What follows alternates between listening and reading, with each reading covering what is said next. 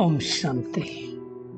Good morning. साकार मुरली 26 मई 2021। बाबा का मीठा मीठा पत्र हम मीठे मीठे बच्चों के मीठे मंथन के लिए। सुख के सागर शिव बाबा का वरदानी हाथ अपने सिर के ऊपर महसूस करते हैं और उनकी सुख भरी किरणों के नीचे बैठ जाते हैं। महसूस करें, मैं सुख स्वरूप आत्मा हूं, बहुत सुखी हूं। मैं भृकुटी सिंहासन पर बैठकर बहुत शांति से परमात्मा के महावाक्य सुनने वाली हूं।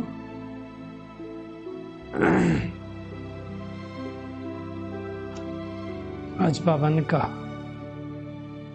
मीठे बच्चे निश्चय बुद्धि बन, बाप की हर आज्ञा पर चलते रहो। जो जो आज्ञाएं बाबा ने बताई हैं परमात्मा की आज्ञा पर, तो क्या होगा? आज्ञा पर चलने से ही हम श्रेष्ठ बनेंगे। एक्चुअली हमारी जो ये एजुकेशन है श्रेष्ठ बनने की है, दैवी गुण धारण करने की, अपने को अच्छा बनाने की है। तो अच्छा बनाने की हमको मेहनत करनी है।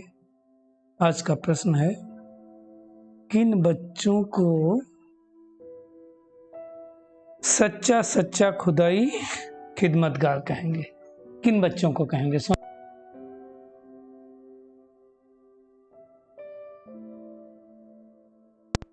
किन बच्चों को कहेंगे? जो राजाई पाने का पुरुषार्थ करते हैं और दूसरों को भी आप समान बनाते हैं, खुद भी पुरुषार्थ करते हैं और दूसरों को भी बनाते हैं। ऐसे ईश्वरीय सेवा पर लगने वाले सच्चे बच्चे खुदाई खिदमतगार हैं। सच्चे, जो परमात्मा के साथ सच रहते हैं, उन्हें देखकर दूसरे भी सहयोगी बनते हैं। मतलब देखिए, अर्थ क्या है? खुदाई खिदमतगार मतलब क्या हुआ? खुदा की खिदमत करने वाले। कोई कर सकता है खुदा की खिदमत? सोचो, दुनिया में जैसे कोई किसी की हेल्प करते तो कहेंगे ये भाई हम ये इनकी खिदमत में थे।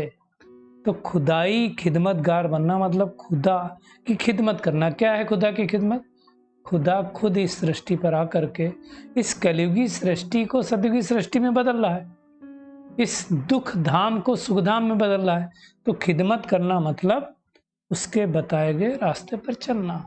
खिदमत करना मतलब अब कोई निगेटिविटी सृष्टि में नहीं फैलाना, सकारात्मक सोच का सृजन करना। यह है खुदाई खिदमतगार बनना। बाबा कहते हैं, जब तुम यहां बैठते हो तो दूसरों को भी याद दिलाओ कि शिव बाबा को याद करो, उनकी याद में बैठे हो। उनके मंदिर में भी जाते हैं, जाते नहीं जाते लोग? तो क्या हो, मंदिर में उनकी ही याद आती है? बुद्धि होगी इधर उधर नहीं जाता है? जाता है। इसलिए बाबा कहते हैं याद दिलाओ। कईयों का बुद्धि होगी इधर उधर भटकता ही रहता है ना? कभी कोई याद आएगा, कभी कोई याद आएगा, कभी कोई याद आएगा। बुद्धि योग एकाग्र होकर के परमात्मा से लग जाए तो हमारा जीवन हो सौभाग्य है ना? तो हमको क्या करना है? खुद भी समझना और दूसरों को भी समझाना है।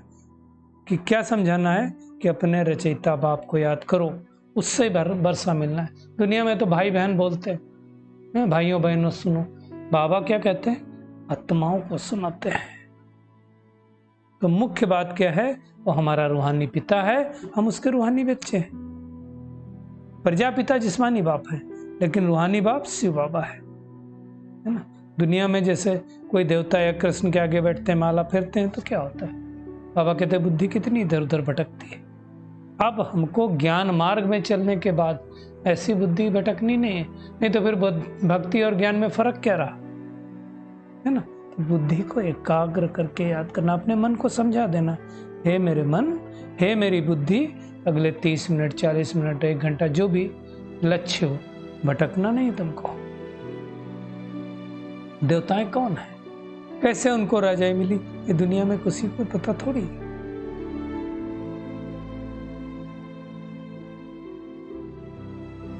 दुनिया में जैसे बाबा कहते हैं गुरु नानक ने सिख धर्म याद किया तो उनके अनुयायी तो सिख को जानते ना, है ना, वो पीढ़ी दर पीढ़ी उनका चला आता है।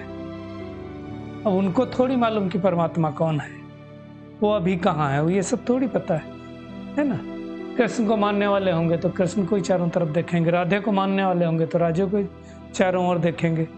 लेकिन बाबा कहते तुम सबको समझाओ कि निराकार परमात्मा ही सबके पिता, वो कहते मुझे याद करो। इस साकार द्वारा आकर के हमको ये ज्ञान देते हैं। हमारा जो बाबा है, शिव को हम प्यार से बाबा कहते हैं ना, वो तुम्हारा भी बाबा है, सबका बाबा है।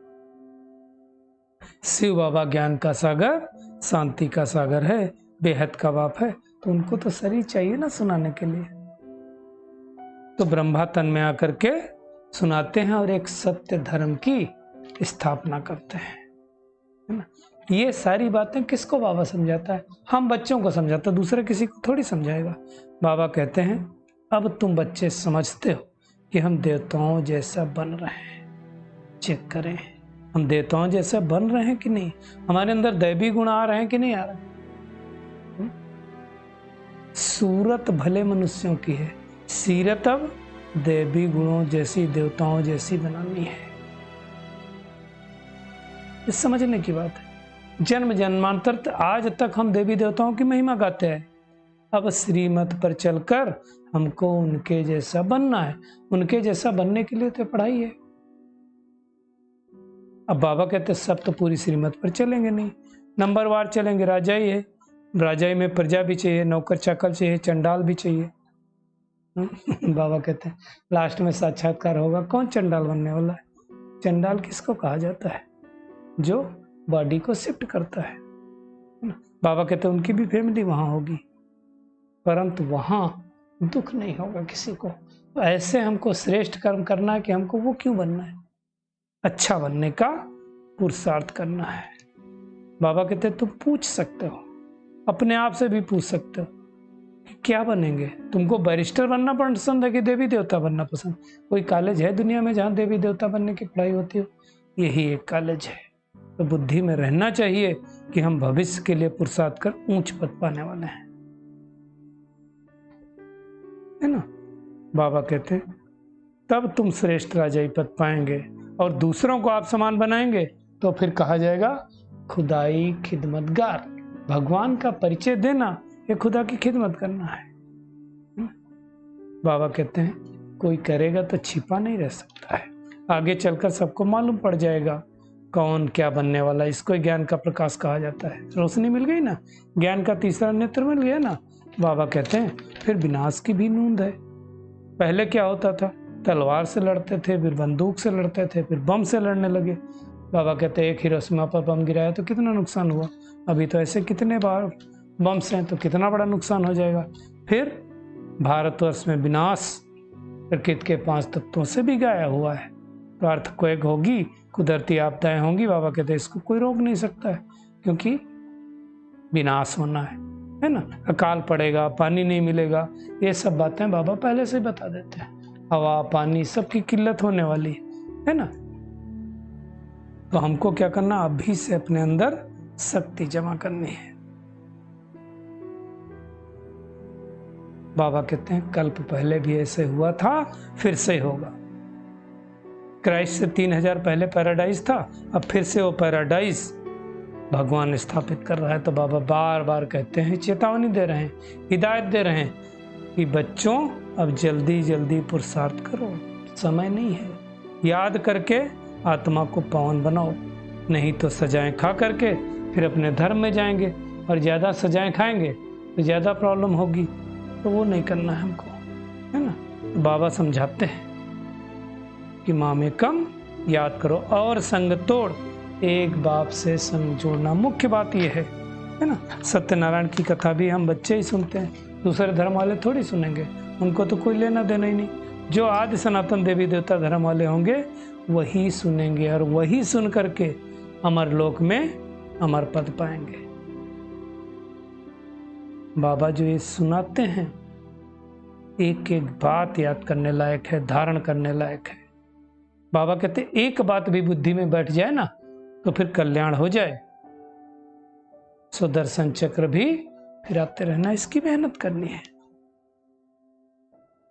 बाबा कहते हैं अभी तो सब शोक वाटिका में है, कदम कदम पर शोक है। सब सीताएं रावण की कैद में फंसी हैं, एक राम को याद करती हैं।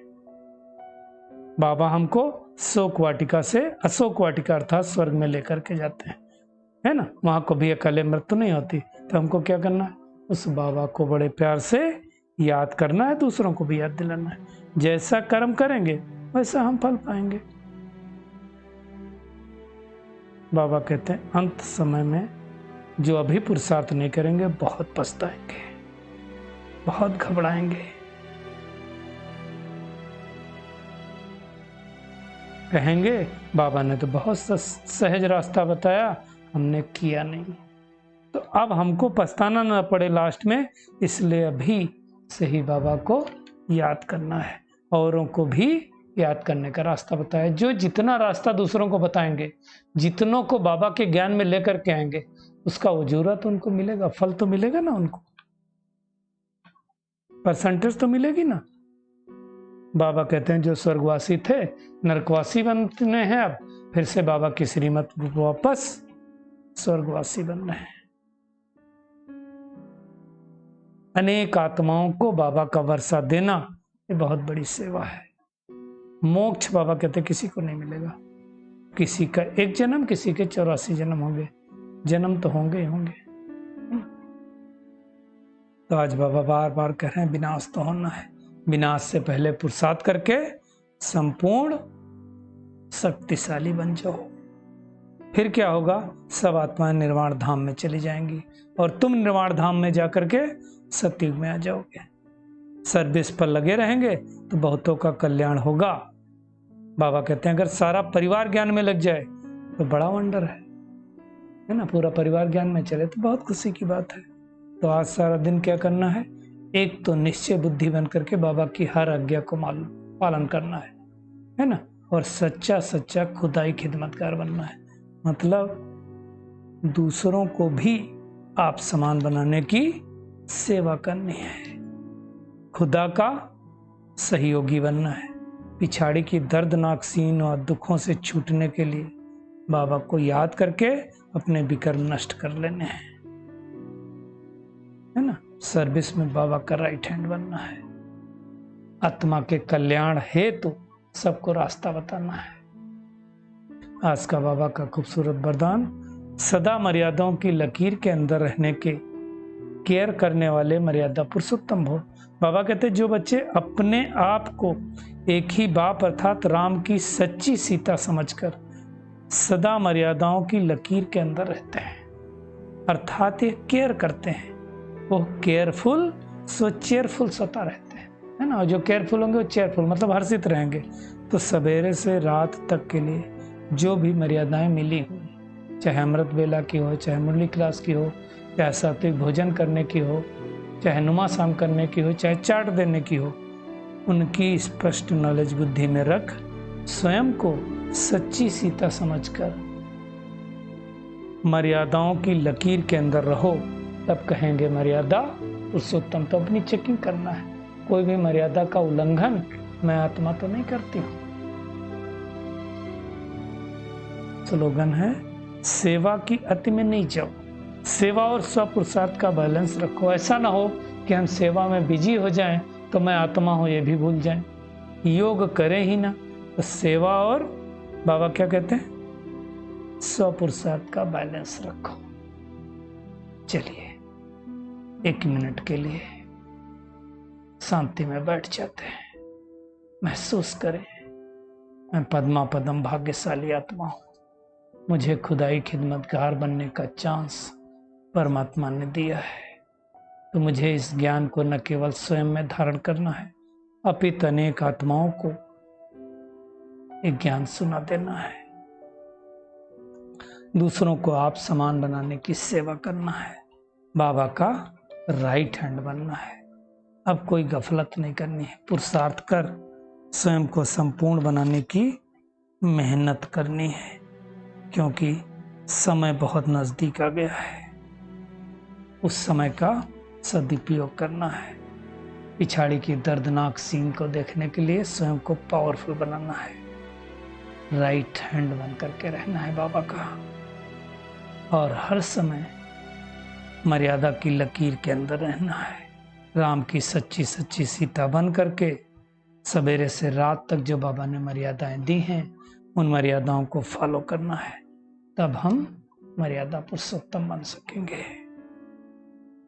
महसूस करें, मैं बहुत शक्तिशाली आत्मा हूं, परमात्मा के बताए गए हर रास्ते पर चलने वाली कोटों में कोई आत्मा हूं।